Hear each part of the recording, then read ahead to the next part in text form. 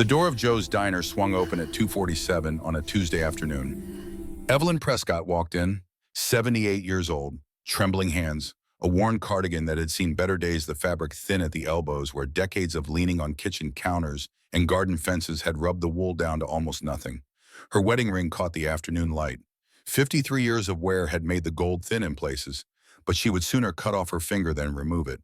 Her wrist bore bruises, purple and yellow marks that looked exactly like fingerprints, as if someone had grabbed her hard enough to leave their signature on her skin. 8 men sat in the back booth, leather vests, patches that read Thunder Road Motorcycle Club, coffee cups scattered across the table, half-eaten burgers on plates. They were laughing about something, voices low and comfortable. The way old friends do when they have known each other long enough that silence is not awkward and humor does not need explanation. Evelyn did not hesitate. She walked straight toward them. Every step looked painful. Her breathing was labored, shallow. She stopped at the edge of their booth. The largest man looked up. His name was Bear, Marcus Sullivan, 52 years old, gray streaked through his beard, kind eyes that had seen too much of the world's darkness, but somehow still held light. Evelyn's voice came out barely above a whisper. "Please, I need help. My caregiver says I must stay quiet." The laughter died. 8 pairs of eyes turned toward this elderly woman who stood before them like she was presenting herself for judgment, like she had walked 2 blocks on arthritic legs and a failing heart just to reach this moment, like everything in her life had led to this single Tuesday afternoon. Bear stood immediately, 6 foot 4 inches of solid muscle moving with a surprising gentleness. "Ma'am, take my seat." The other bikers shifted without being asked. They formed a protective circle around the booth as Evelyn sank into the vinyl seat Bear had vacated. The diner went quiet. Conversations at other tables trailed off. Even the clatter of dishes from the kitchen seemed to pause. Bear knelt beside the booth so he was at eye level with Evelyn. "I'm Bear. These are my brothers. You're safe here. Can you tell me what happened?" Evelyn's hands shook as she pulled back the sleeve of her cardigan. The bruises on her wrists were unmistakable, fingerprint-shaped, clear as photographs, evidence of someone gripping her hard enough to leave marks that had not faded in days. A man named Diesel leaned forward. Former paramedic, he had seen enough injuries to know restraint marks when he saw them. "Ma'am, those are fresh. Someone did this recently." Evelyn nodded. Tears started forming in her eyes, but she blinked them back. 78 years of life had taught her how to hold tears at bay, how to keep breathing when everything inside wanted to collapse. "My caregiver, Brenda. She says if I tell anyone, I will regret it." What Bear did not know yet was that this elderly woman's situation was far worse than bruises. But he was about to find out.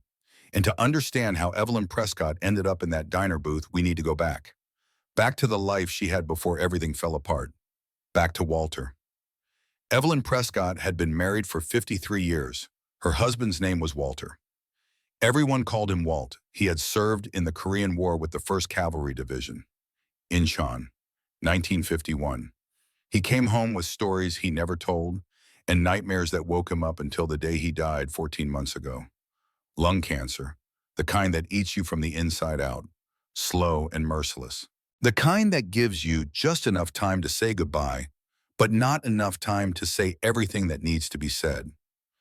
They lived in a small cottage on Maple Street in Riverside, a coastal town where everyone knew everyone and secrets were currency. The house was nothing special from the outside. White paint, blue shutters, a garden in the backyard that Walt had planted himself when he retired 20 years ago. Tomatoes, peppers, herbs that Evelyn used in cooking, basil and rosemary and thyme. Walt would spend hours out there with his hands in the soil. Said it helped him forget things he wanted to forget. Said the earth did not judge a man for what he had done in war. After he died, the garden grew wild. Evelyn did not have the strength to maintain it, did not have the heart either. Looking at those overgrown plants reminded her that Walt's hands had touched that soil, and now his hands were gone. The house still held pieces of him. His favorite coffee mug sat on the kitchen shelf, dark blue ceramic with a chip on the handle from the time he dropped it, rushing to answer the phone. Evelyn could not bring herself to use it, could not bring herself to put it away either. It just sat there, a small monument to a man who used to drink coffee at that counter every morning at 6. Photos lined the mantel. Walt in his dress uniform, young and serious. The kind of serious that came from being 19 years old and watching friends die in frozen Korean mountains. Their wedding day. Both of them smiling like they knew something the rest of the world did not. Evelyn in a simple white dress her mother had sewn. Walt in a borrowed suit that was slightly too big in the shoulders. An American flag folded in the perfect triangle sat in a shadow box on the bookshelf. The flag from his funeral. Marines had presented it to Evelyn with those words she would never forget. On behalf of a grateful nation. Evelyn's wedding ring never came off. 53 years of wear had made the gold thin in places, but she would sooner cut off her finger than remove it. That ring was the last promise Walt had given her, the last thing he had put on her body with his own hands. Their daughter Claire lived in Seattle now. 7 years had passed since they had spoken properly. The relationship had been strained for a long time. Claire had moved to Seattle for work when she was 38, a nursing job at a hospital there. Good money, good opportunity, but Evelyn had taken it personally. "You are abandoning us," that is what Evelyn had said, words she regretted the moment they left her mouth but could never take back. Claire had tried to stay in touch. Phone calls on Sundays, visits when she could afford the time off. But the distance grew, not just miles, something deeper, something that happens between mothers and daughters when neither one knows how to say, "I am sorry." Then Walt got sick. Claire flew home when she heard the diagnosis. Lung cancer, stage 4, 3 to 6 months, maybe less. The argument happened on the third night of Claire's visit. Evelyn wanted to care for Walt at home, wanted him to die in the bed where they had slept together for 50 years, wanted to be the one holding his hand when he took his last breath. Claire wanted hospice, professional care, nurses who knew how to manage pain, a facility where Walt would not suffer more than necessary. Both of them were right. Both of them were wrong. The words that came out were ugly. The kind of words that families say when they are terrified of losing someone they love. When fear turns to anger because anger is easier than grief. "You always think you know best," Claire had shouted. "You would rather let Dad suffer than admit you cannot do this alone."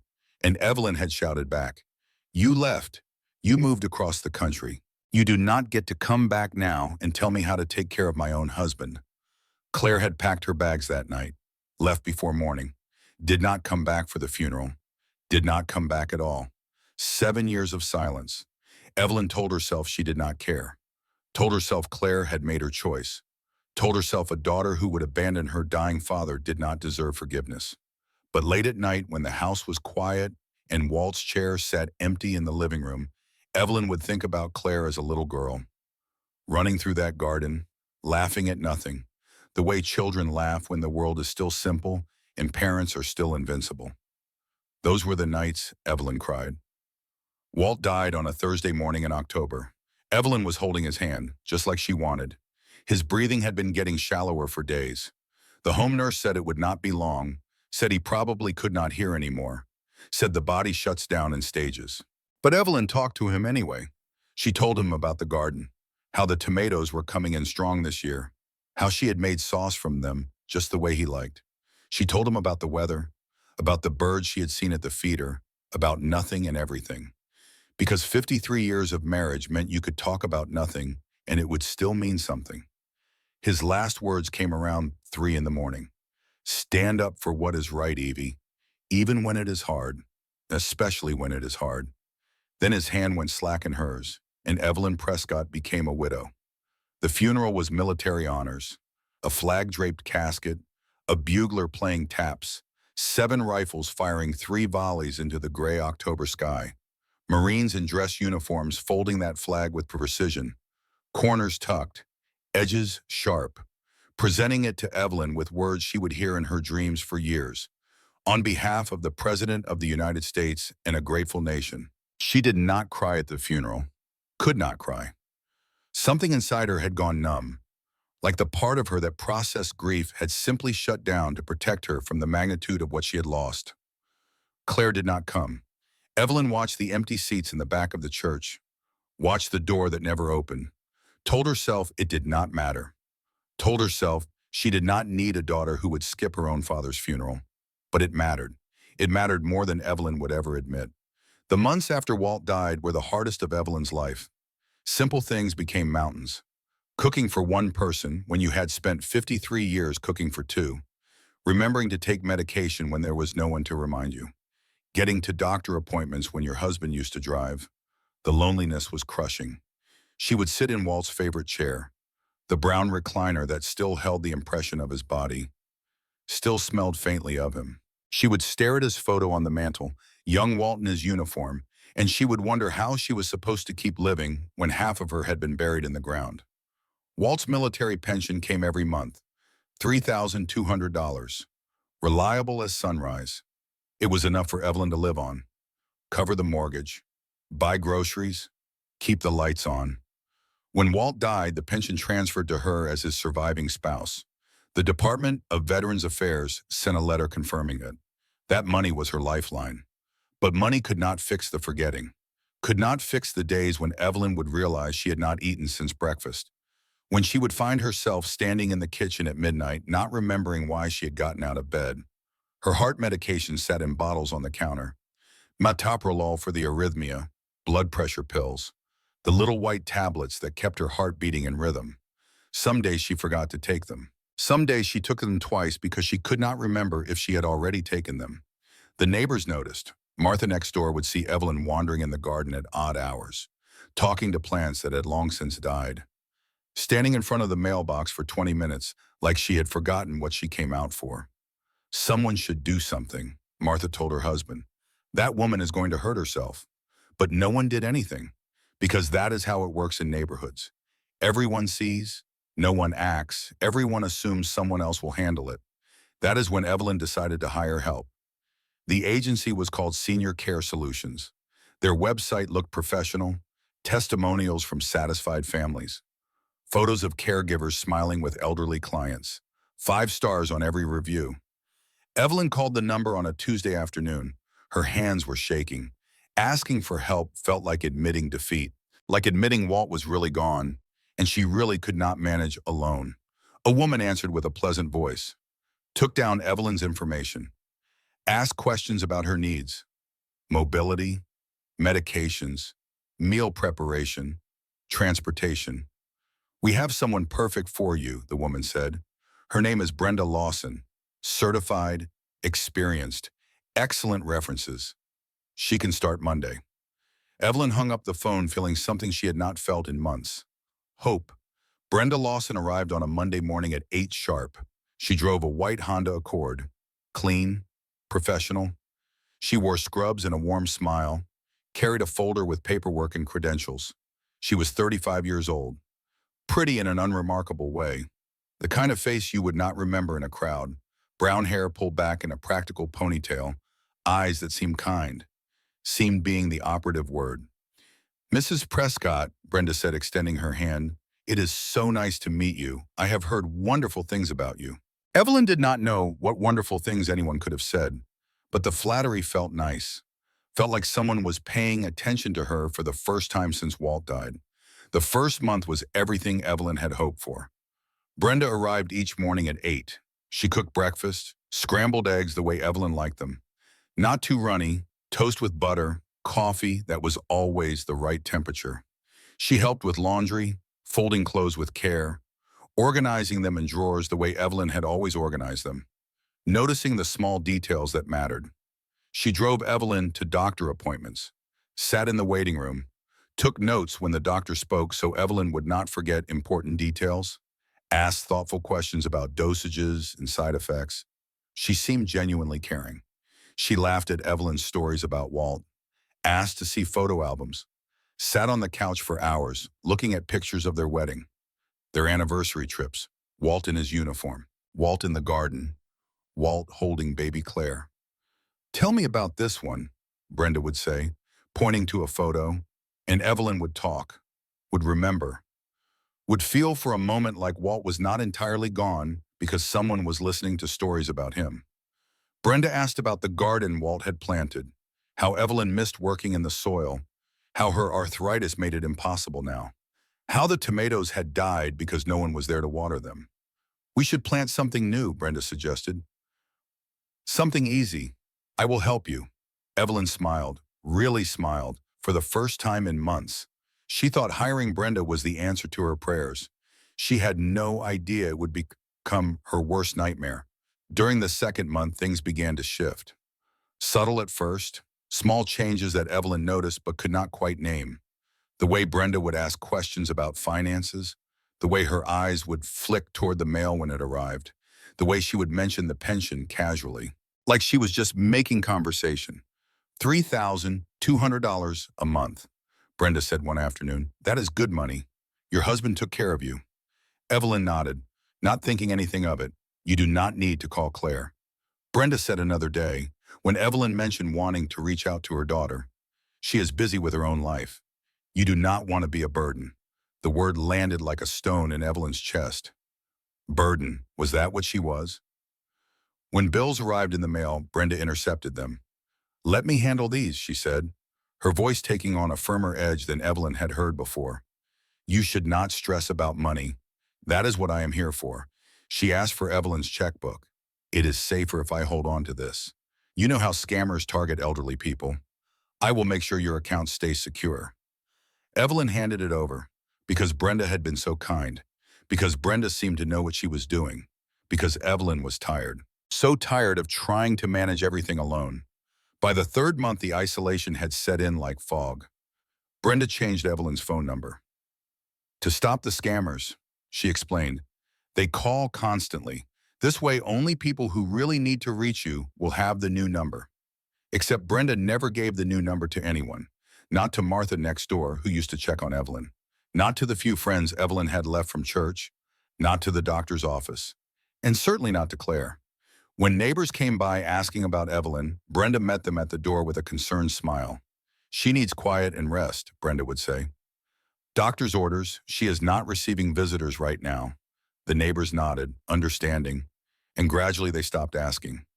Evelyn found herself alone more and more, even when Brenda was in the house, because Brenda had stopped sitting with her, stopped looking at photo albums, stopped asking about Walt.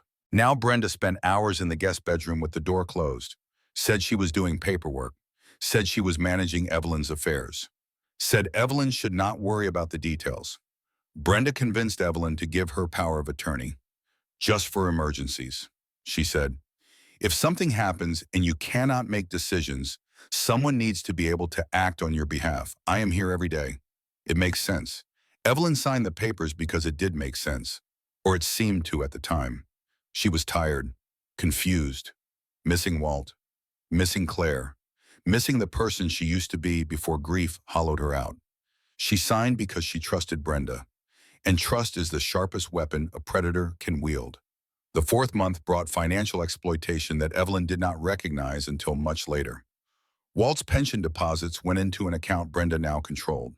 Evelyn's credit cards, the ones Brenda said she would keep secure, were being used for purchases Evelyn never made. Designer handbags from department stores, expensive dinners at restaurants Evelyn had never heard of, jewelry from stores she had only seen in commercials. When Evelyn asked about the bills, Brenda became cold. Dismissive. I am managing your finances. That is what you hired me for. Do you not trust me? Evelyn stammered.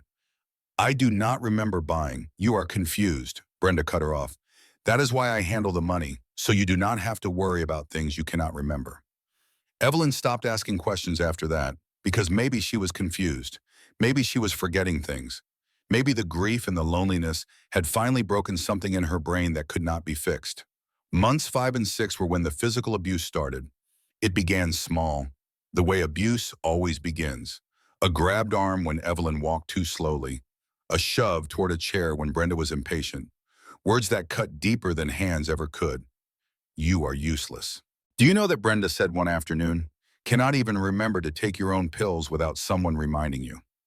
And then the day Evelyn asked about her pension one too many times, she was sitting at the kitchen table, looking at a bank statement she had found in the trash. The numbers did not make sense. The balance was too low. Much too low for someone who received $3,200 every month and spent almost nothing. Brenda, Evelyn said, her voice trembling. Where is my money going? Brenda's hand shot out, gripped Evelyn's wrist hard enough that Evelyn cried out, hard enough to leave bruises that would last for weeks. Stop asking about money, Brenda hissed, her face close to Evelyn's, eyes that Evelyn had once thought were kind, now flat and cold. You are confused. You are old.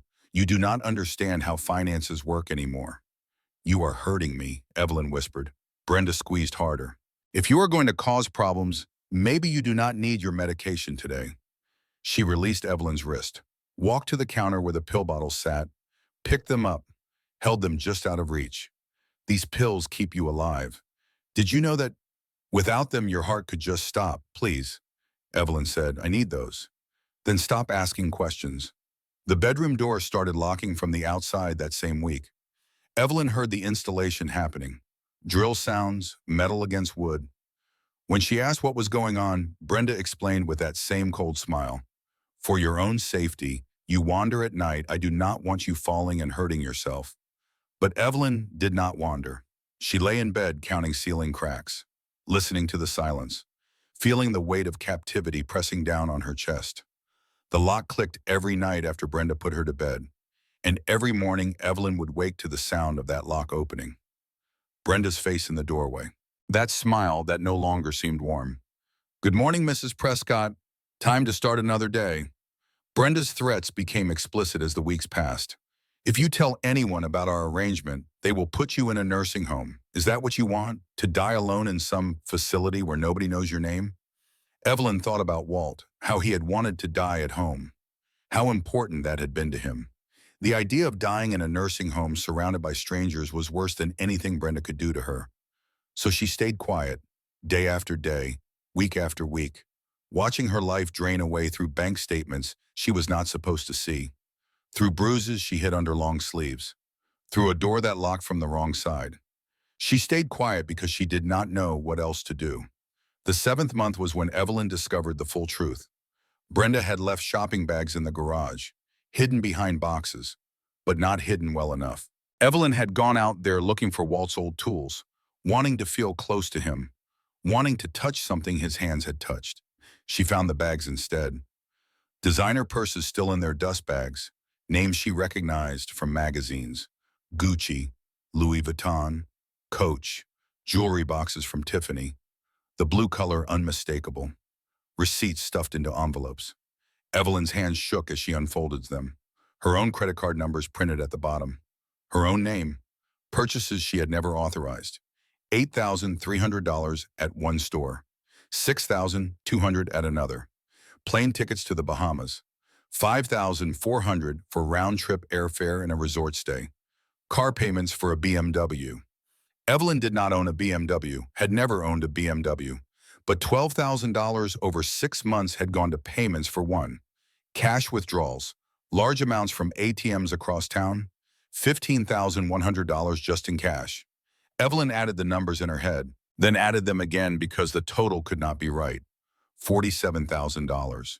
In 7 months, her entire savings, Walt's pension, everything they had worked for, gone. She found bank statements hidden in the same boxes, her accounts nearly empty, the pension still coming in every month, but going out just as fast, transferred to accounts Evelyn did not recognize, spent on things Evelyn would never buy. Her hands were shaking so badly she could barely hold the papers. She looked at her medication bottles that night, really looked at them for the first time in months. The pills inside did not look right. They were lighter, different shape.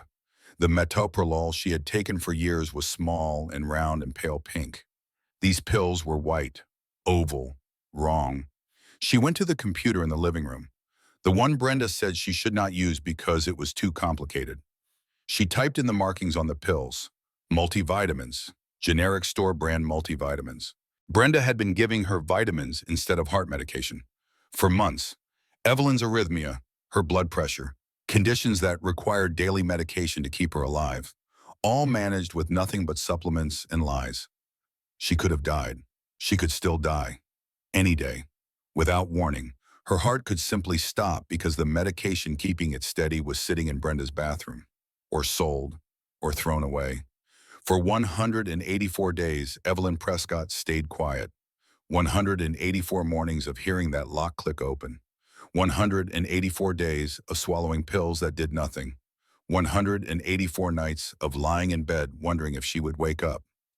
She thought about telling someone, the mail carrier who came every day, the neighbors she could sometimes see through the window. But Brenda's words echoed in her head. Who will believe you? A confused old woman, a licensed professional, and Evelyn believed it. Because when you are 78 years old and everyone around you treats you like you are already half gone, you start to believe that maybe you are. But on this Tuesday morning, something changed. Evelyn woke up before dawn, the way she had woken up every day since Walt died. Lying in the dark, listening to the silence, counting the hours until Brenda would unlock the door. She thought about Walt. His voice came to her clearly, the way it had not come in months, like he was standing right there in the room with her. Stand up for what is right, Evie, even when it is hard. She thought about Claire, her daughter somewhere in Seattle, living a life Evelyn knew nothing about, probably thinking her mother had given up on her, probably thinking the silence was intentional. She thought about the garden, the tomatoes Walt had planted, the way his hands looked covered in soil, the pride in his eyes when he brought in the first ripe tomato of the season. I survived raising a daughter during hard times, Evelyn thought. I survived my husband going to war and coming back changed. I survived 53 years of marriage with all its joy and pain. I survived losing him. I survived the loneliness that came after. I did not survive all that just to die in silence in my own home. The lock clicked open at 7:30. Brenda's face appeared in the doorway. That smile, those eyes. Good morning, Mrs. Prescott. I will be running errands today. I will be back by 4. Evelyn nodded, said nothing. Let Brenda think everything was normal. The front door closed at 8:15. The lock clicked. For the first time in months, Evelyn was alone. Really alone. Without Brenda somewhere in the house. Without eyes watching her every move. She sat in the stillness for several minutes, feeling the absence of Brenda's presence like a physical weight lifting off her shoulders. Then she moved. Slowly because her arthritis made every step hurt. But deliberately, with purpose she had not felt in months. She went to the drawer in the hallway table where she used to keep her address book. The old one. The one Walt had written in with his careful handwriting. She had not seen it since Brenda took over. Assumed it was on like everything else. But it was still there. Pushed to the back. Covered by old newspapers. Brenda must have missed it. Evelyn opened the book. Walt's handwriting stared back at her. In case of emergency. He had written at the top of the first page. Below it, names and numbers. Old army buddies. Neighbors who had moved away. Claire's number. The old one. From before Brenda changed everything. Evelyn found the phone Brenda had given her. The one with the new number no one knew. She dialed Claire. The automated voice told her the number was disconnected. She tried the neighbors. Martha's number. No answer. Jim and Patricia down the street. No answer. Each failed call felt like a door slamming shut. Evelyn walked to Walt's favorite chair, the brown recliner that still held the impression of his body. She sank into it, feeling the worn leather, smelling the faint ghost of him that still lingered after 14 months. On the side table sat his photo, dress uniform, that serious expression. She picked up the frame, traced his face with her finger. What do I do? Walt, who can I tell? The answer came not from memory, but from something deeper. From 53 years of knowing a man who never backed down from a fight, who believed that doing right mattered more than staying safe. Then Evelyn remembered something. Earlier that week, Brenda had driven past Joe's diner on the way to the pharmacy. Evelyn had looked out the window and seen motorcycles parked outside. 8 of them, chrome gleaming in the afternoon sun. She remembered something Walt had said years ago about a buddy from the service who had gotten help from bikers when the VA failed him. How these men on motorcycles had shown up at his house, made sure the government kept its promises. Dangerous people are sometimes the safest people, Walt had told her. They understand loyalty. They understand what it means to have someone's back. Evelyn checked the clock. 2:15 in the afternoon. Brenda would return at 4, less than 2 hours. Joe's diner was 2 blocks away. 2 blocks of sidewalk. 2 blocks of putting one foot in front of the other with arthritic joints and a heart running on nothing but willpower. She could not drive. Brenda had taken her license months ago, said the DMV required retesting at her age, said Evelyn had failed, except Evelyn had never taken any test. 2 blocks. It might as well have been 2 miles. But Evelyn Prescott was done being quiet. She found Walt's old tape recorder in the closet, the one he used to record himself reading letters during deployment so she could hear his voice when he was gone. The battery still worked. She waited. At 9:30, Brenda came back briefly, needed to pick something up, stood in the kitchen complaining about traffic. Evelyn pressed record in her cardigan pocket. "I told you to stop asking about the money." Brenda's voice was harsh. "If you mention it again, I will make sure you regret it." The tape caught everything, then Brenda left again. Back to her errands, back to whatever life she lived outside these walls. Evelyn stopped the recording. She had evidence now. Real evidence. Not just bruises that could be explained away. A voice. Threats. Proof. She put on her cardigan, the one Walt had given her for Christmas 10 years ago, blue with wooden buttons. She grabbed their wedding photo from the mantel. She found a scrap of paper, wrote in shaky handwriting. "If I do not come back, Brenda did it." She tucked the note under the couch cushion, where Brenda would not find it unless she was looking. Then Evelyn Prescott walked out her front door. The afternoon sun was warm on her face, the first time she had felt real sunlight in weeks. Brenda kept the curtains closed, said the light hurt Evelyn's eyes, said she needed to rest. 2 blocks. Evelyn started walking. Her hip ached with every step. The arthritis in her knees sent shooting pains up her legs. Her heart beating without medication fluttered irregularly in her chest. 1 block. She passed Martha's house, wanted to stop, wanted to knock on the door and beg for help. But Martha might call Brenda. Martha might believe the licensed professional over the confused old woman. She kept walking. The diner appeared ahead, a low building with a neon sign. Joe's Diner. Established 1967. The motorcycles were still there, 8 of them, lined up like soldiers. Evelyn stopped at the door. Her hand rested on the handle, cold metal against her palm. Inside, through the glass, she could see them, men in leather vests, laughing, eating, living normal lives. What if they did not believe her? What if they called the police, who would call Brenda, who would tell everyone that Evelyn was confused? What if this was a mistake? She thought about Walt. Stand up for what is right. She pulled open the door and stepped inside. The rest happened exactly as Bear would later describe it to his brothers. An elderly woman with trembling hands and bruised wrists walked into a diner and asked 8 strangers for help. She had no idea that one of those strangers knew her husband. She had no idea that her decision to speak would save not just her own life, but expose a predator who had killed before. She only knew one thing. After 184 days of silence, Evelyn Prescott had found her voice, and she was never going to be quiet again. Bear looked at the woman sitting in his booth and saw his mother. Not literally. His mother had been dead for 5 years. Neglected in a nursing home while he was working overtime trying to pay for her care. Found dehydrated and confused by a night nurse who finally bothered to check on her. Dead 3 days later from complications that never should have happened. He saw his mother in the trembling hands, in the bruises shaped like fingers, in the way this woman held herself like she expected to be hit for speaking. "Ma'am," Bear said, his voice soft despite his size, "I need you to tell me everything. Start from the beginning." Evelyn Prescott looked at the 8 men surrounding her booth. Leather vests, patches, beards and tattoos, and hands that looked like they had seen hard work and harder fights. Everything about them should have frightened her, but their eyes were kind. She had learned over 78 years to read eyes. Walt's eyes had been kind too, even when he came back from Korea with darkness living behind them. The kindness was still there underneath.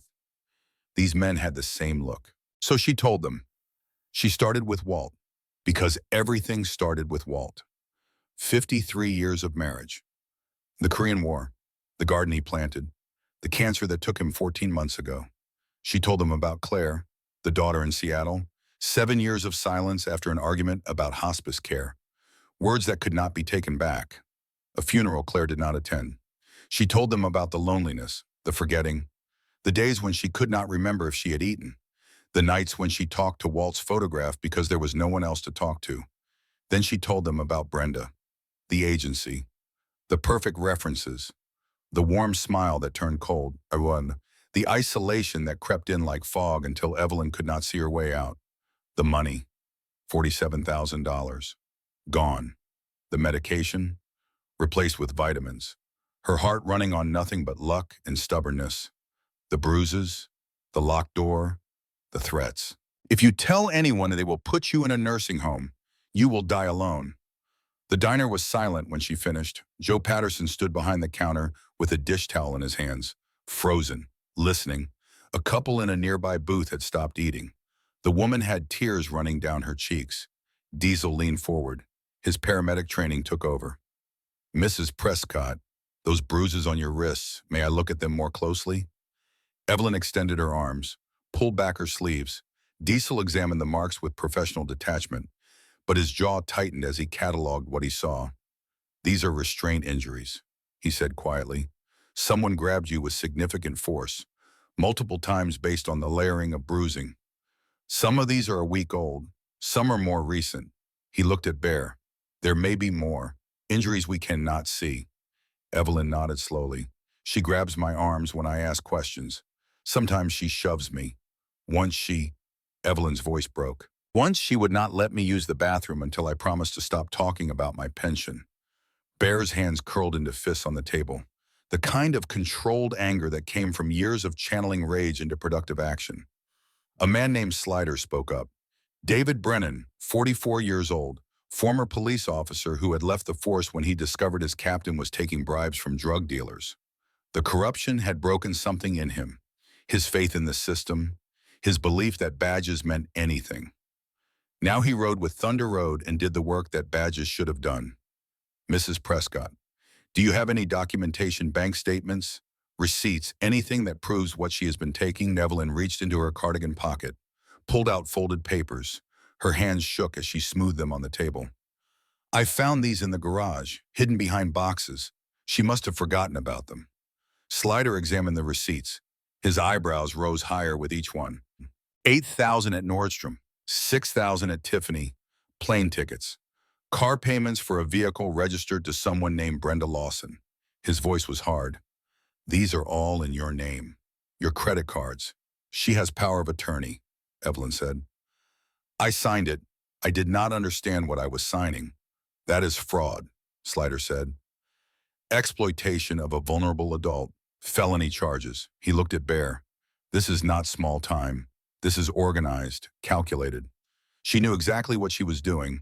A man at the end of the booth had been quiet through the entire conversation.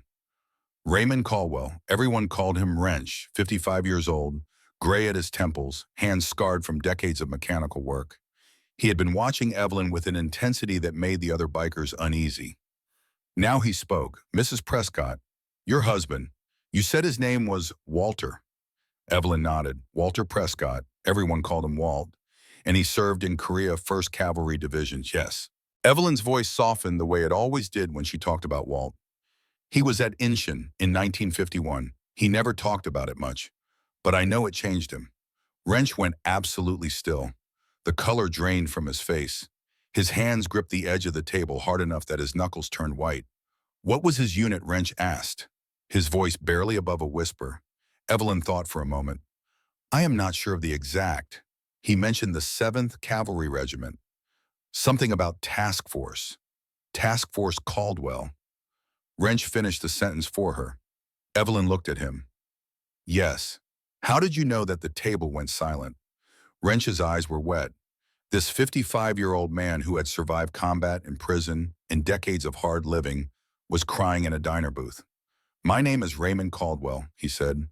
The task force was named after my grandfather. He was the commanding officer. I served in Korea too. Same unit your husband served in. Different war. But I know the history. He paused. And I know the name Walter Prescott. Evelyn's heart stuttered in her chest. My father told me stories, Wrench continued, about a young soldier named Walt who saved his life at Incheon. Their APC took fire. Engine caught, started burning. My father was trapped. The hatch was jammed. He was going to burn to death. Walt Prescott pulled him out. reached through the flames and grabbed him and dragged him through that hatch even though the fire was spreading. Burned his own hands doing it. Never complained. Never asked for recognition. My father looked for Walt after the war, Wrench said. Lost track. Military records were a mess back then. Names got confused. People moved. He spent years trying to find the man who saved his life. He never did.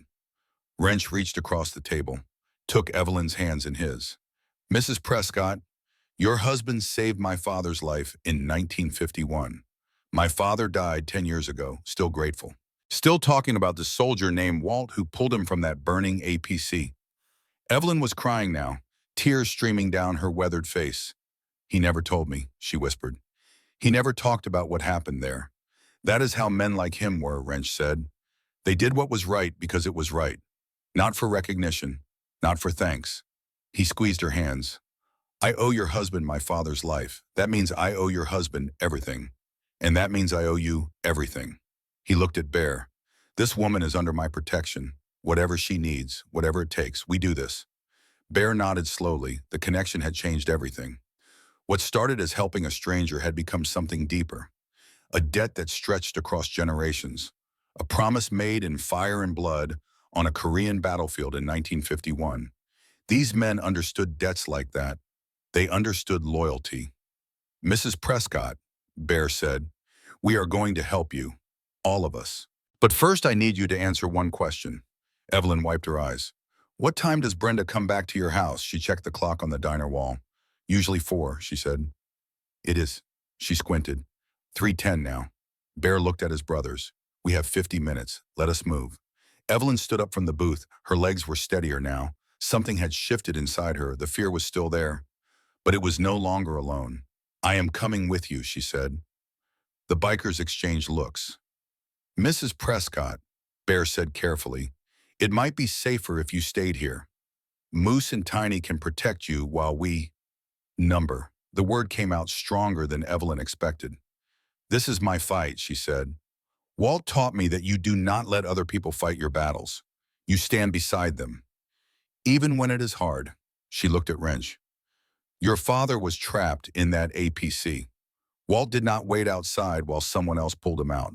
He went in himself. Wrench smiled, a real smile. She has got a point, Bear. Bear studied Evelyn for a long moment, saw something in her eyes that he recognized. The same steel he had seen in his mother before the system broke her. All right, he said. You come with us, but you stay close. You do exactly what we say. Evelyn nodded. Moose and Tiny stay here. Bear continued. Keep the booth. If anything goes wrong, we need a fallback position. The 2 largest bikers nodded. Wrench, you call Sheriff Morrison. He knows us. We worked that domestic case with him 2 years ago. We need law enforcement aware before we get to the house. On it. Wrench pulled out his phone. Slider, you are point on evidence collection. You know what to look for. Financial records, medication bottles, anything that documents the abuse.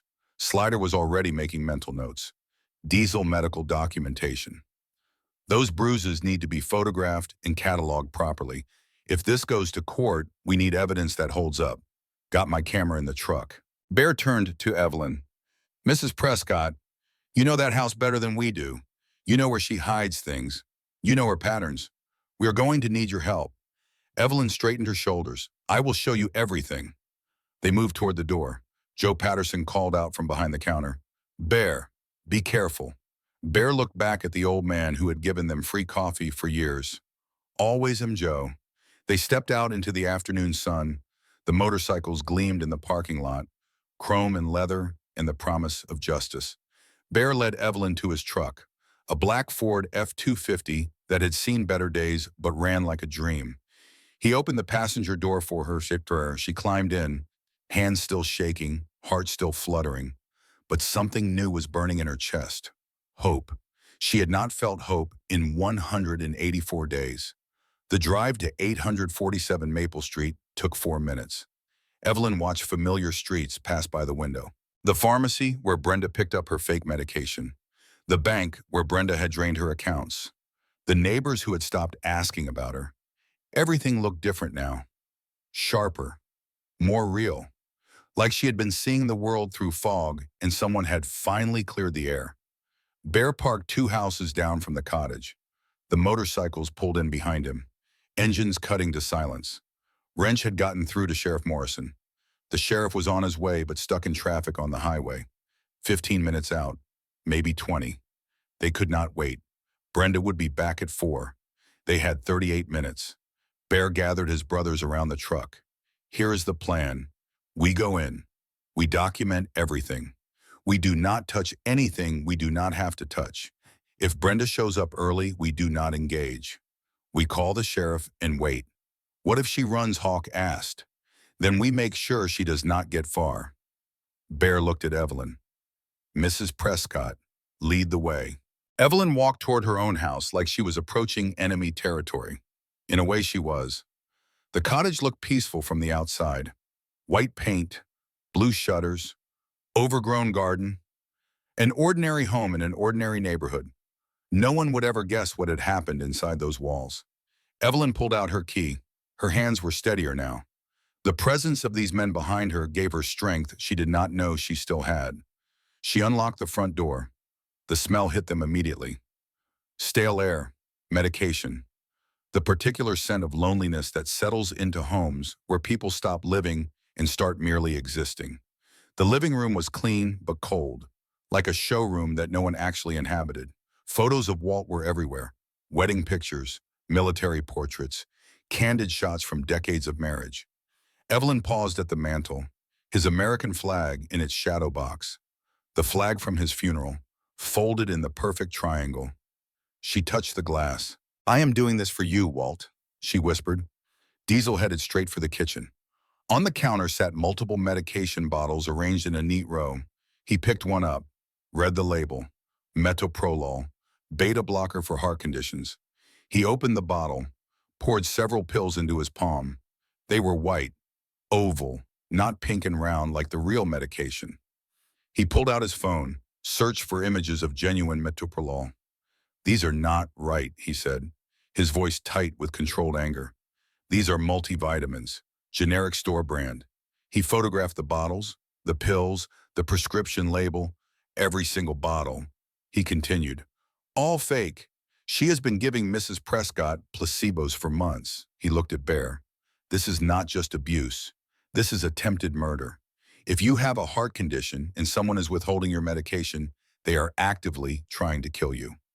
The weight of that statement settled over the group. Slider moved to Evelyn's bedroom. The room was small, sparse, a thin mattress on a frame, no television, no radio.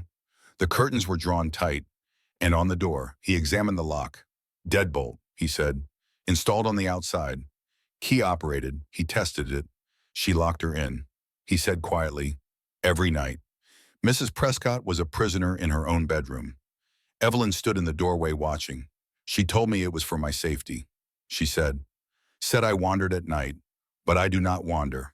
I just lay there, listening, counting the cracks in the ceiling. Slider photographed the lock, the door frame, the marks on the wood where the deadbolt had been installed. Then he went to the closet. Mrs. Prescott, you said the documents were hidden in here. Evelyn nodded. Behind the boxes, covered with blankets. Slider pulled out the boxes. They were exactly where Evelyn had described. Bank statements going back 7 months. Credit card bills. Receipts stuffed into envelopes. He started photographing everything, working methodically. His police training made him thorough. Each page documented, each receipt time-stamped. The numbers were staggering. Designer handbags from Nordstrom, $8,300. Jewelry from Tiffany, $6,200. A vacation to the Bahamas. Round-trip airfare and resort stay, $5,400. Car payments for a BMW, $12,000 over 6 months. Cash withdrawals, large amounts from ATMs across town, $15,100. $47,000, Slider said. In 7 months, she drained this woman completely. Hawk checked the guest bedroom, the room Brenda used when she stayed overnight. The closet was full of expensive clothes, tags still attached to some items, boxes from Saks Fifth Avenue stacked in the corner. A laptop sat on the desk. password protected. On the nightstand was a planner. Hawk flipped through it. One entry caught his attention. Ease pension. Circled in red ink, $3,200, with arrows pointing to a date 3 months in the future. Below it, Brenda had written 2 words. Enough. Leave. Hawk brought the planner to Bear. She had an exit date, he said. She planned to drain the accounts and disappear. Bear's expression hardened. This was not opportunity. This was premeditated. Evelyn had been walking through the house, touching things, remembering. The life she had before Brenda, the life that had been stolen from her. She stopped at Brenda's bathroom. Something caught her eye. She pushed open the door. On the counter sat prescription bottles with her name on them. Evelyn Prescott. The real labels. The real pharmacies. But these bottles were full. Evelyn picked one up, opened it, pink pills, small, round, her real metoprolol.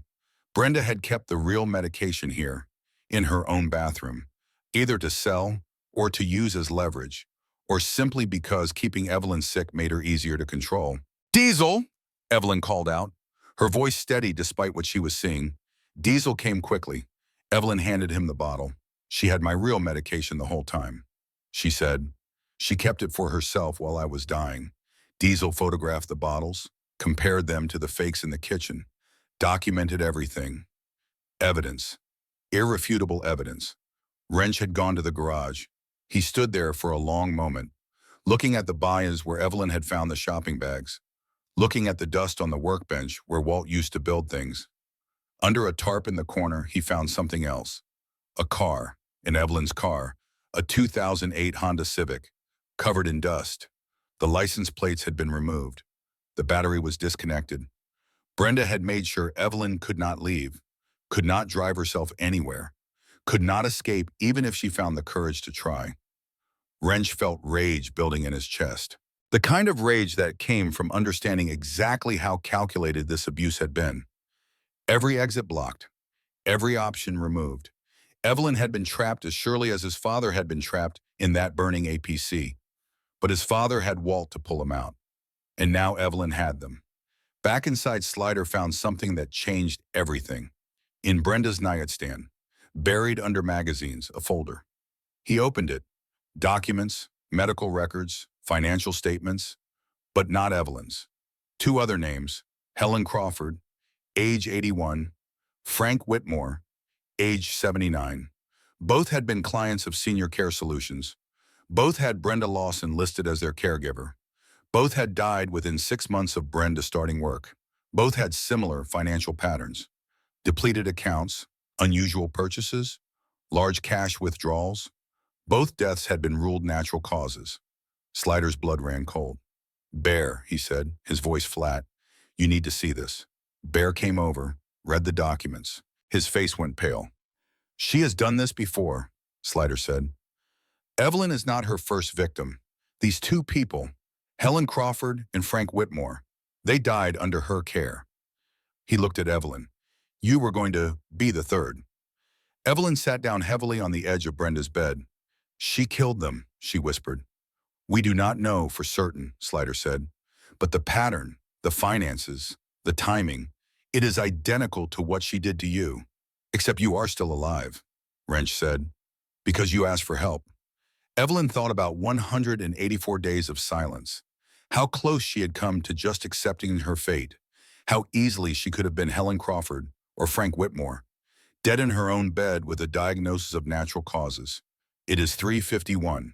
Gunner's voice cut through the silence. Through the living room window, they could see a white Honda Accord turning onto Maple Street. She is early. Everyone moved at once. Bear took command. It's just nobody leaves this house. Wrench and Hawk. Back door, Slider, front, Diesel. Stay with Mrs. Prescott. What about me? Evelyn asked. You stay back, Bear said. We do not know how she will react. No, Evelyn stood up. I told you, this is my fight. I am not hiding. Bear started to argue. Wrench put a hand on his shoulder. Let her, he said quietly. She has earned this. Bear looked at Evelyn, saw the steel in her eyes, the same steel that had gotten her out of that house and into his diner. All right, he said, but stay behind us. The Honda Accord pulled into the driveway. Through the window, they watched Brenda get out, shopping bags in her hands, Macy's logos on the sides. More purchases made with someone else's money. She looked around casually. No suspicion, no awareness that her entire world was about to collapse. She walked to the front door, unlocked it, stepped inside, and stopped. 8 men in leather vests stood in her living room. Evelyn Prescott stood in the middle of them. Brenda's shopping bags hit the floor. "What?" she stammered. "What is this?" "Who are you?" Bear stepped forward. "We are friends of Mrs. Prescott." Brenda's eyes darted to Evelyn, to the bikers, to the door behind her. Slider was blocking it. "I do not." Brenda tried to compose herself, her professional mask sliding into place. "I do not know what is happening here, but you need to leave. This is my client's home." "Your client," Diesel said. "The client whose medication you replaced with vitamins?" He held up the bottles. Brenda's mask flickered.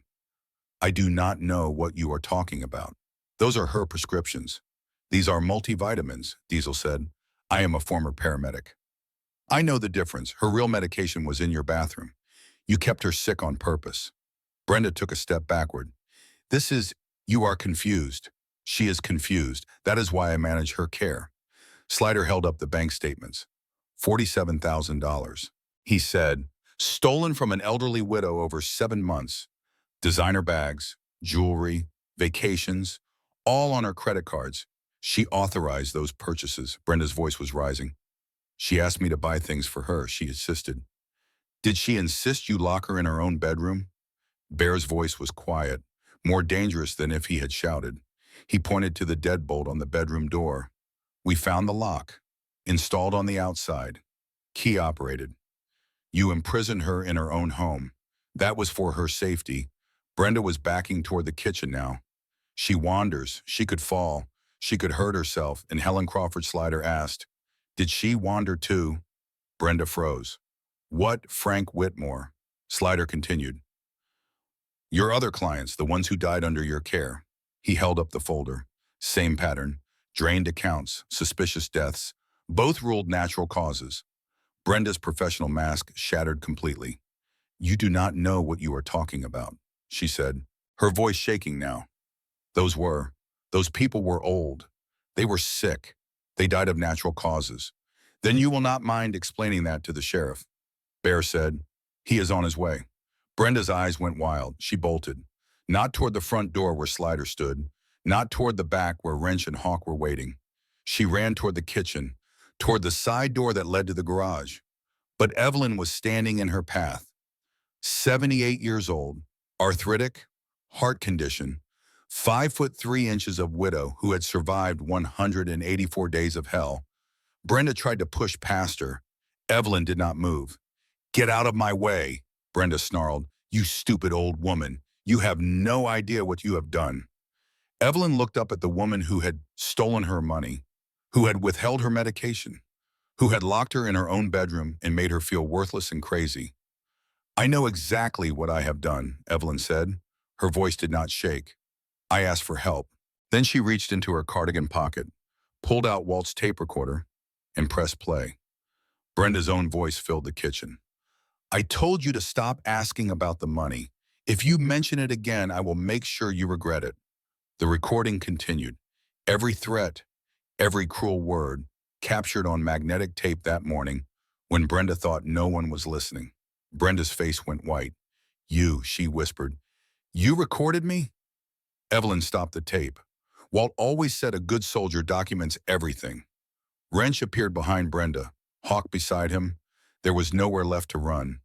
The sound of sirens grew closer. Blue and red lights flashed through the windows. Sheriff Morrison's patrol car pulled up outside. Behind him, another vehicle. A woman in a suit stepped out. Detective Sarah Collins, Elder Abuse Task Force. She had been investigating Brenda Lawson for 6 months, ever since Frank Whitmore's family filed a complaint. The case had stalled. Not enough evidence, not enough living witnesses. Until now. Collins walked into the house, took in the scene, the bikers, the evidence spread across the table. Brenda Lawson trapped in the kitchen with nowhere to go. "Mrs. Lawson," Collins said, "we have been looking for you." Brenda started crying. "You do not understand," she sobbed. I was helping her. I was taking care of her. She does not know what she is saying." Collins looked at Evelyn. "Mrs. Prescott, are you willing to make a statement?" Evelyn nodded. "I have been ready for 184 days." Collins turned to Sheriff Morrison. "Take her in." Morrison approached Brenda with handcuffs.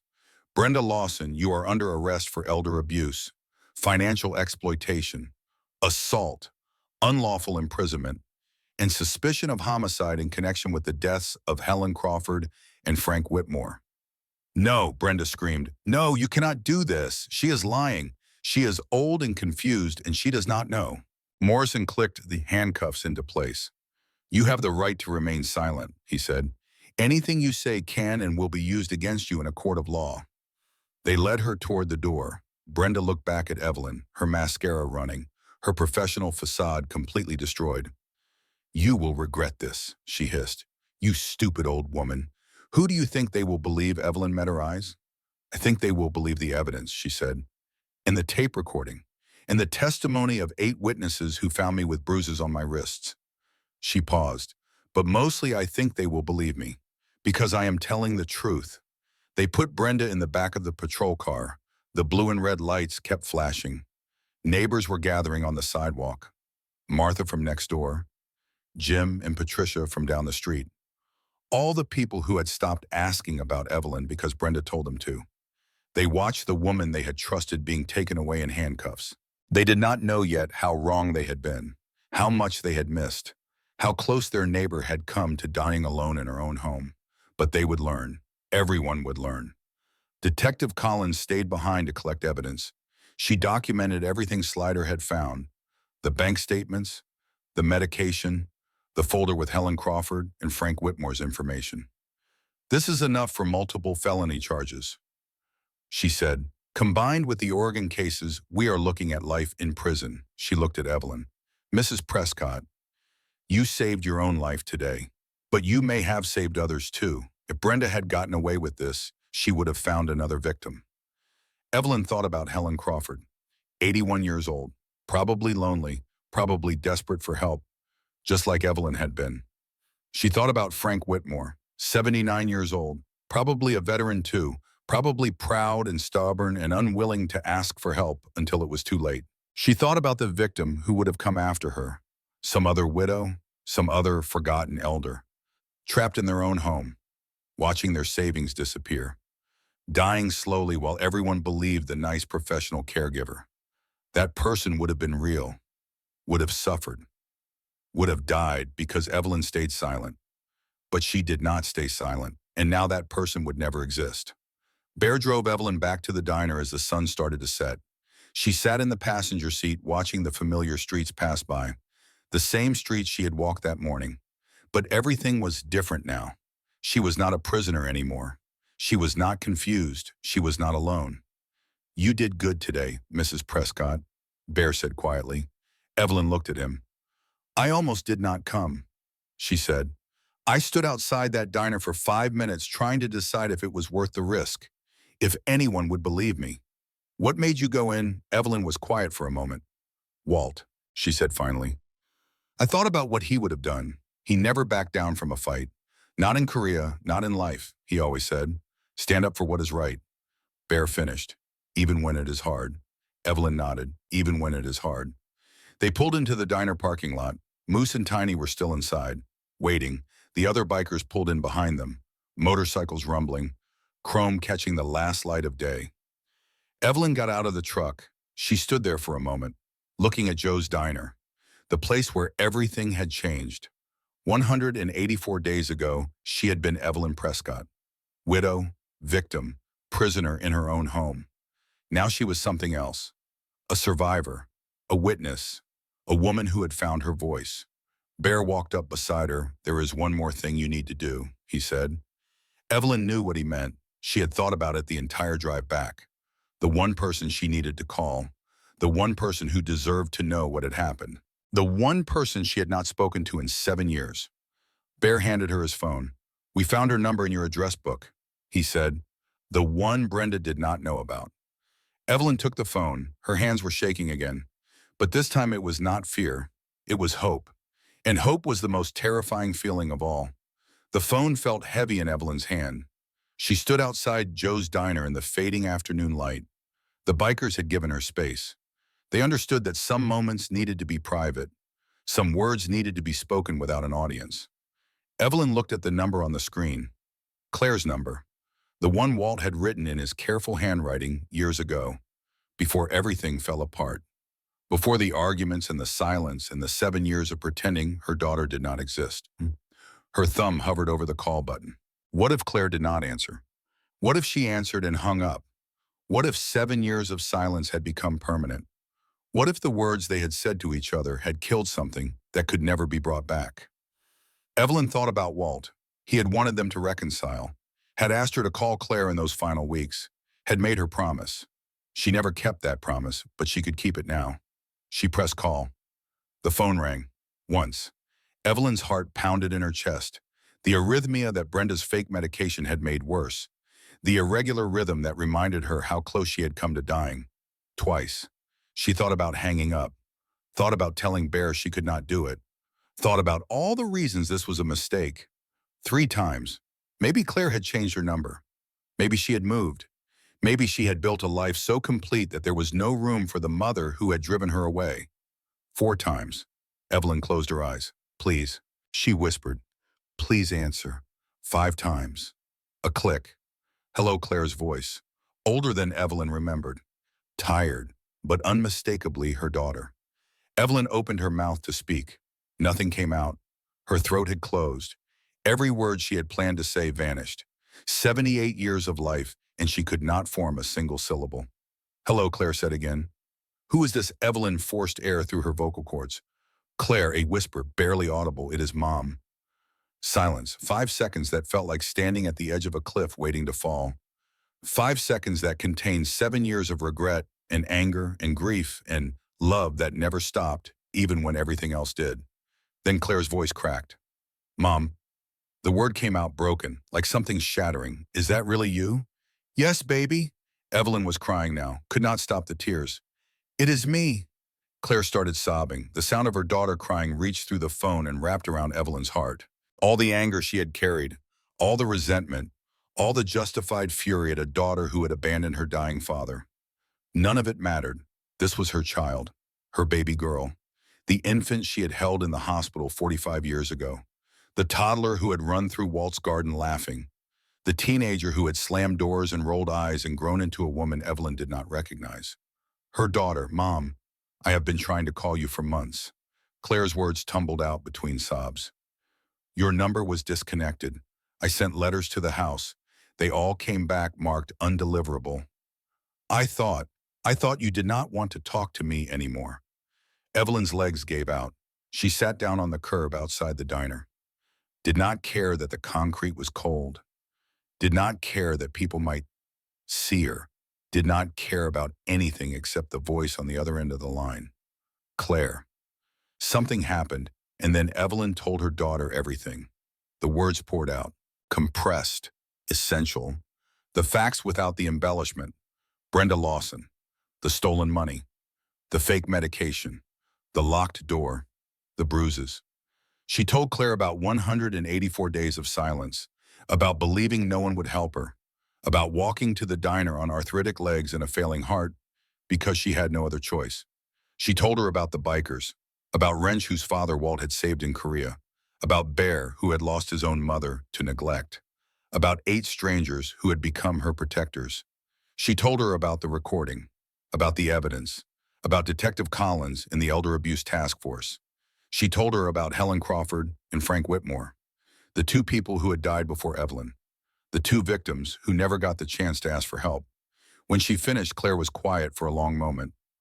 Mom, she finally said, her voice raw, I am so sorry. You did not know.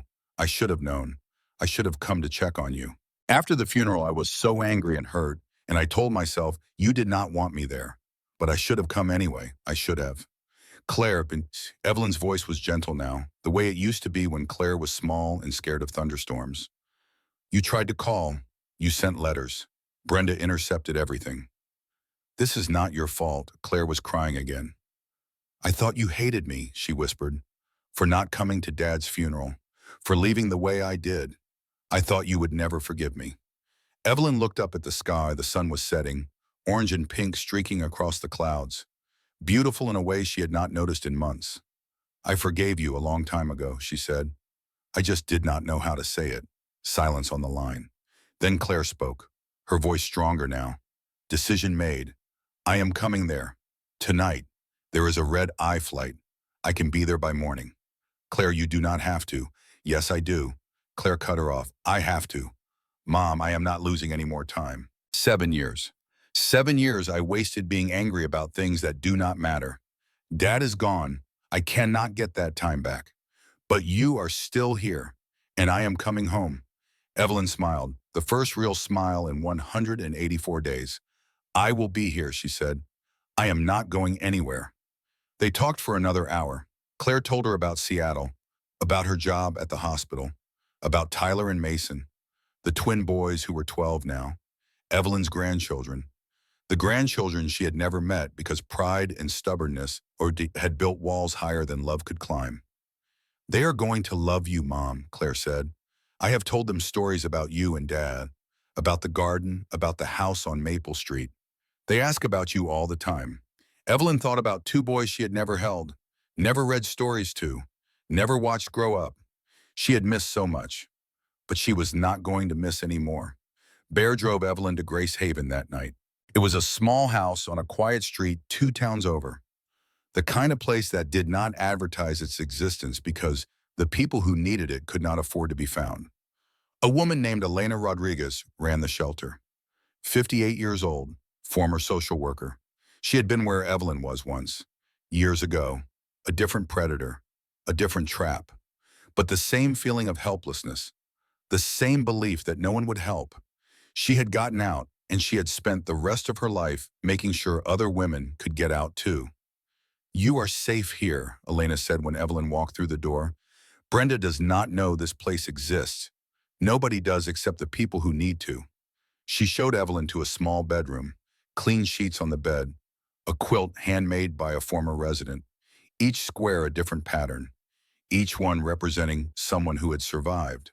A window with a view of the garden, a nightstand with a lamp, books, a box of tissues, and a lock on the door, a real lock, one that worked from the inside. Evelyn tested it. The mechanism clicked into place. She stood there for a long moment, hand on the lock, feeling the weight of what it meant. For 7 months she had been locked in, someone else controlling when she could leave, when she could sleep, when she could use the bathroom. Now she controlled her own door. It was such a small thing. And it was everything. That night Evelyn slept, really slept. Not the half-awake terror that had defined her nights for 184 days. Not the hypervigilance of listening for footsteps. Not the fear of a key turning in a lock. She slept for 9 hours straight.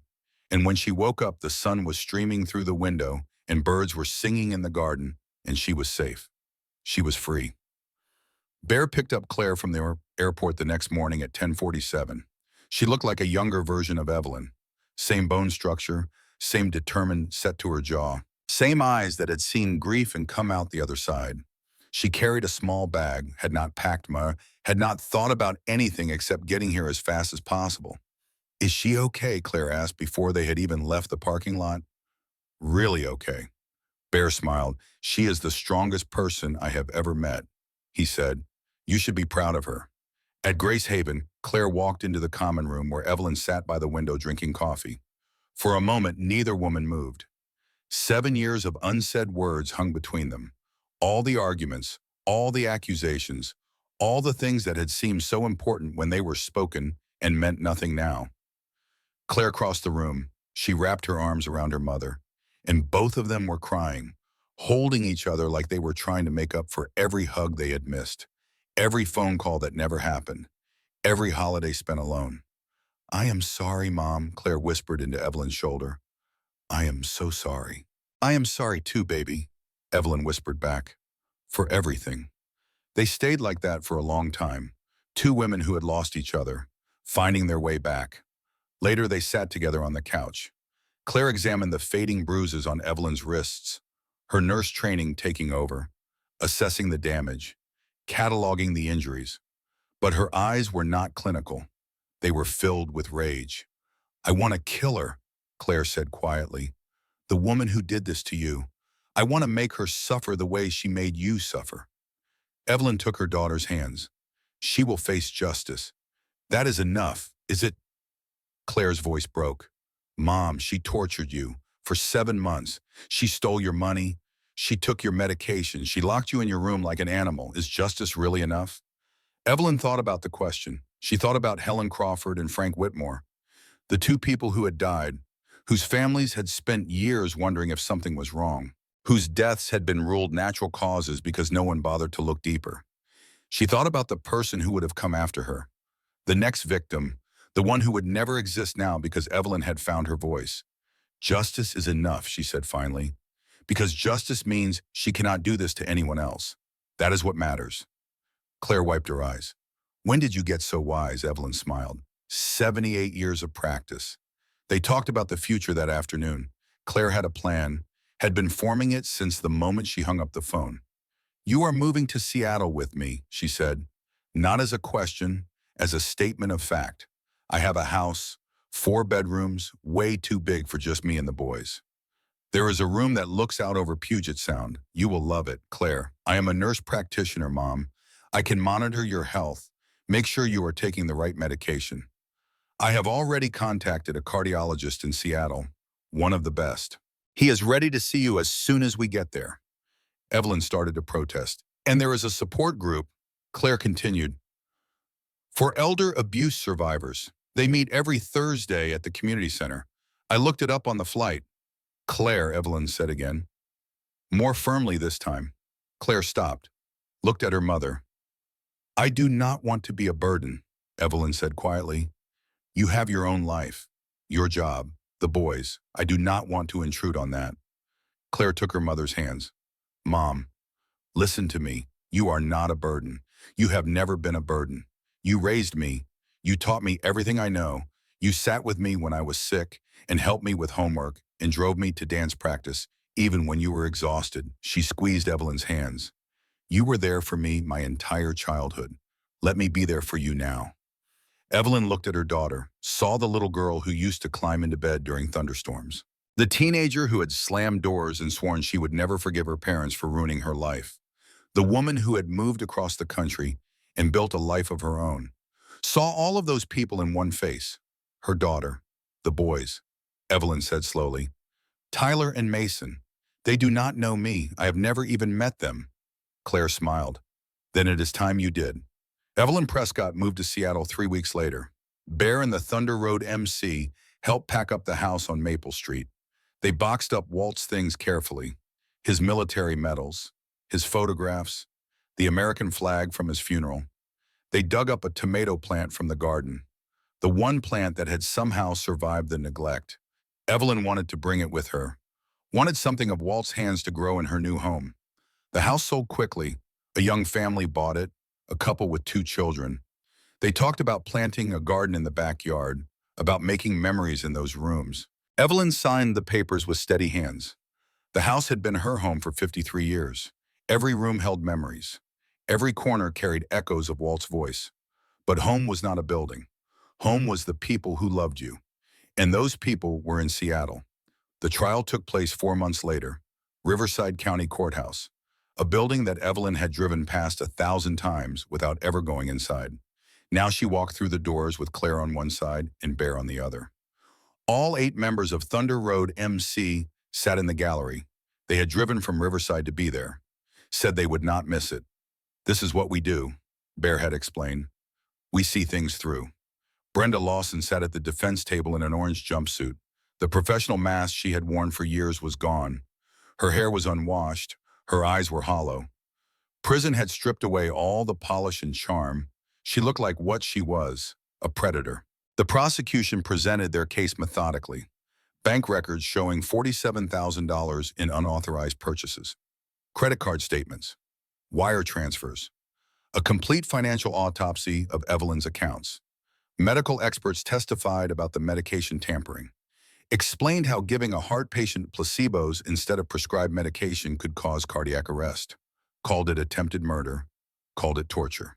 They read Brenda's journal entries aloud, the plans she had written down, the exit date she had circled, the cold calculation of every decision. Detective Collins presented the evidence from Helen Crawford and Frank Whitmore's cases, the identical patterns, the suspicious timing, the death that had been ruled natural causes. Oregon authorities had reopened both investigations. They were now being treated as homicides. The defense tried everything, claimed Evelyn was confused, that her memory was faulty, that the purchases had been authorized, that the medication was a simple mistake. The prosecutor countered with a tape recording. Brenda's own voice filled the courtroom. "I told you to stop asking about the money. If you mention it again, I will make sure you regret it." The jury listened in silence. When it was time for Evelyn to testify, she walked to the witness stand with her head held high. She was 78 years old, arthritic, heart condition, but her voice did not shake. She told the jury everything, every detail of 7 months of abuse, every locked door, every stolen dollar, every moment of fear and despair. She told them about the day she walked to the diner, about how close she had come to staying silent, about how much courage it had taken to ask for help. The defense attorney tried to rattle her. "Mrs. Prescott, is it not true that you have memory problems, that you forget things, that you sometimes confuse events?" Evelyn looked at him steadily. "I am 78 years old," she said. "I forget where I put my keys sometimes. I forget the name of my mailman. But I do not forget being locked in my own bedroom. I do not forget bruises on my wrists. I do not forget watching my life savings disappear while a woman I trusted told me I was crazy." She turned to the jury. "I am not confused," she said. "I was made to feel confused." There is a difference. The defense had no response. When the prosecutor asked if she had anything to add, Evelyn spoke directly to the jury. "There were 2 other people," she said, "Helen Crawford and Frank Whitmore. They died under Brenda Lawson's care. They cannot speak anymore. Their voices were silenced forever." She paused. "But I can speak. I am speaking for them. And I am telling you the truth." The jury deliberated for 3 hours.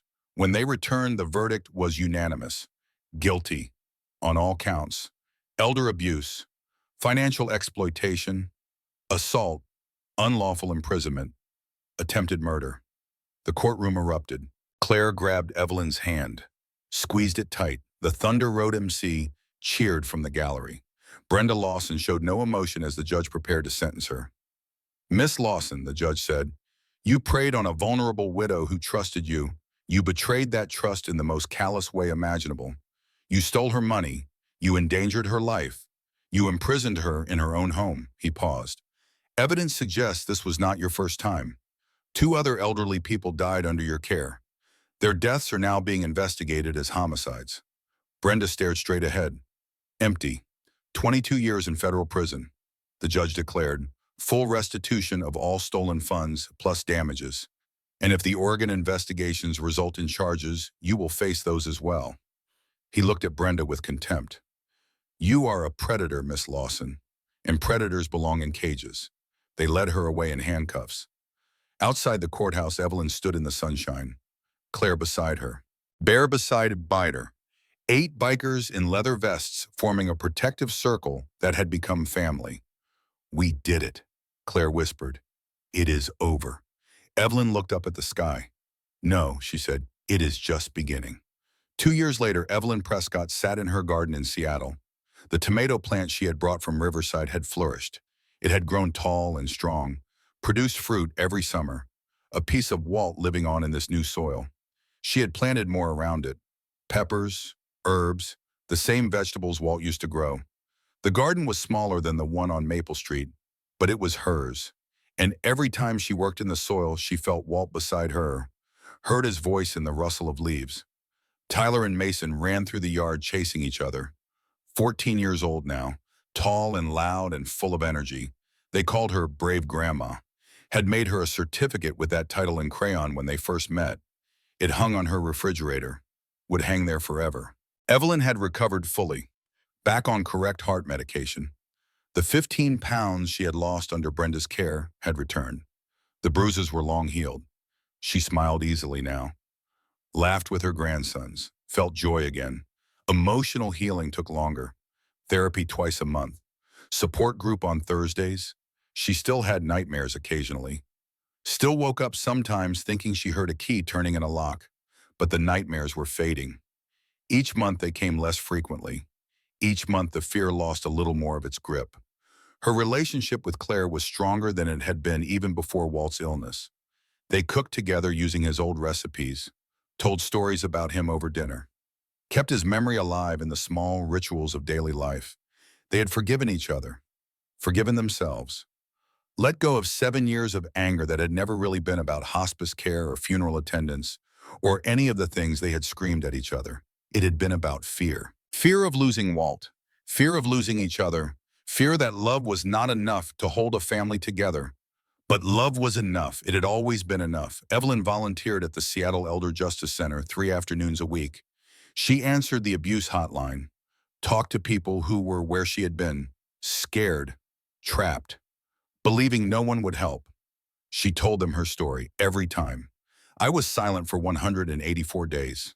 She would say, I thought I was too old to matter, too confused to be believed. I thought I would die in that house and no one would ever know the truth. But I was wrong. I asked for help, and help came. In 2 years, she had personally helped 6 people escape situations like hers. 6 people who might have died. 6 people who might have been the next Helen Crawford or Frank Whitmore. 6 people who were alive because Evelyn Prescott had found her voice and refused to be silent. Thunder Road MC stayed in touch. Bear called once a month. Video calls where Evelyn showed him the garden and he showed her whatever motorcycle he was working on. They visited when they passed through Seattle, would show up unannounced with flowers and stories and the particular kind of loyalty that came from having been through something together. Wrench called too. He and Evelyn would talk for hours about Walt, about Korea, about the battle at Incheon, where a young soldier had pulled Wrench's father from a burning vehicle. The debt had been repaid, but the connection remained. The charity ride happened every year. Thunder Road MC organized it. 200 motorcycles raising money for the Elder Justice Center. 200 riders who believed that protecting the vulnerable was not just a hobby, but a calling. This year, Evelyn flew in from Seattle specifically to attend. She stood outside Joe's Diner as 8 familiar motorcycles pulled up. Chrome gleaming, engines rumbling. The same sound she had heard that Tuesday afternoon 2 years ago. When she walked through that door and changed her life, Bear got off first, walked over, hugged her tight. Mrs. Prescott, he said, or should I call you Mrs. Seattle now? Evelyn laughed. Call me Evie, she said. Walt did. They walked into the diner together. Evelyn sat in the same booth where she had first asked for help. Bear sat across from her. Same positions as 2 years ago. Joe Patterson brought coffee, set the cups down with a smile. You two are a long way from done making trouble, I expect, he said. Bear grinned. Would not have it any other way, Joe. They sat in comfortable silence for a moment, watching the diner fill with riders, watching the community gather for something bigger than themselves. You ever regret it? Bear asked finally. Asking us for help, Evelyn was quiet for a moment. Every single day, Bear's face fell. Evelyn smiled. I regret not doing it sooner, she said. I had 184 days of hell because I was too scared to walk through that door, too convinced that no one would believe me, too afraid to trust strangers. She looked at Bear. But you were not strangers. Not really. You were people who understood what it meant to protect someone who could not protect themselves. You were exactly what I needed, she paused. I just wish I had found you sooner. Bear wiped his eyes. Tough old man pretending not to cry in a diner booth. You found us when you were ready, he said. That is what matters. 200 motorcycles participated in the charity ride that day. Evelyn rode in a sidecar attached to Bear's motorcycle. Wind in her hair, sun on her face. The roar of engines all around her, she thought about Walt. He would have loved this. Would have been right there beside her, probably on his own motorcycle, probably laughing at the absurdity of his 78-year-old wife riding with a biker gang. But he would have understood. He always understood. At the rally, Evelyn spoke to the crowd. She stood at a microphone in front of 200 riders, in front of families and volunteers and reporters, in front of everyone who had gathered to support the Elder Justice Center. I was 78 years old when I walked into Joe's diner, she said. I had bruises on my wrists and fear in my heart, and I was convinced that no one would believe me. She paused. I thought I was too old, too confused, too worthless to save. That is what my abuser wanted me to think. That is what abusers always want their victims to think. She looked out at the crowd, but I was wrong. I asked 8 strangers for help, and they said yes. They did not ask what I could give them in return. They did not question whether I deserved their help. They just said yes. She took a breath. Age does not determine worth. Vulnerability does not mean weakness, and it is never too late to ask for help. The crowd was silent. If you see someone suffering, Evelyn continued, if you suspect someone is being abused, do not look away. Do not assume someone else will handle it. Do not tell yourself it is not your business. She thought about Martha next door, who had seen the warning signs and done nothing, who had accepted Brenda's explanations because it was easier than getting involved. Everyone is your business, Evelyn said. Every person suffering in silence is your responsibility, because you might be the only one who sees, the only one who asks, the only one who answers. She looked at Bear, at Wrench, at all 8 members of Thunder Road MC who had driven across the state to be here. These men answered when I asked. She said, and they saved my life. Not because they knew me, not because they owed me anything, but because that is who they are. She straightened her shoulders. Be who they are. When someone asks for help, answer. Always. The crowd gave her a standing ovation. Claire was crying in the audience. Tyler and Mason waved signs that said, Go Grandma, in bright letters. Wrench gave a military salute, the same salute he would have given Walt. Bear wiped his eyes again. Did not even pretend to hide it this time. After the rally, Evelyn and Bear and Wrench sat on the curb outside Joe's diner, eating ice cream. 3 people connected by a debt that stretched across generations. A promise made in fire and blood on a Korean battlefield. A promise kept on a Tuesday afternoon in a California diner. Walt would have been proud of you, Evie, Wrench said. Evelyn smiled. He would have been proud of all of us. She looked at the Thunder Road patch on Bear's vest, the lightning bolt striking the winding road. You never told me what that means, she said. The patch, Bear looked down at it. Sometimes life throws storms at you, he said. Lightning, thunder, things that seem like they are going to destroy you. He traced the winding road with his finger. But if you keep riding, if you do not give up, if you keep moving forward even when the road is hard and the sky is dark.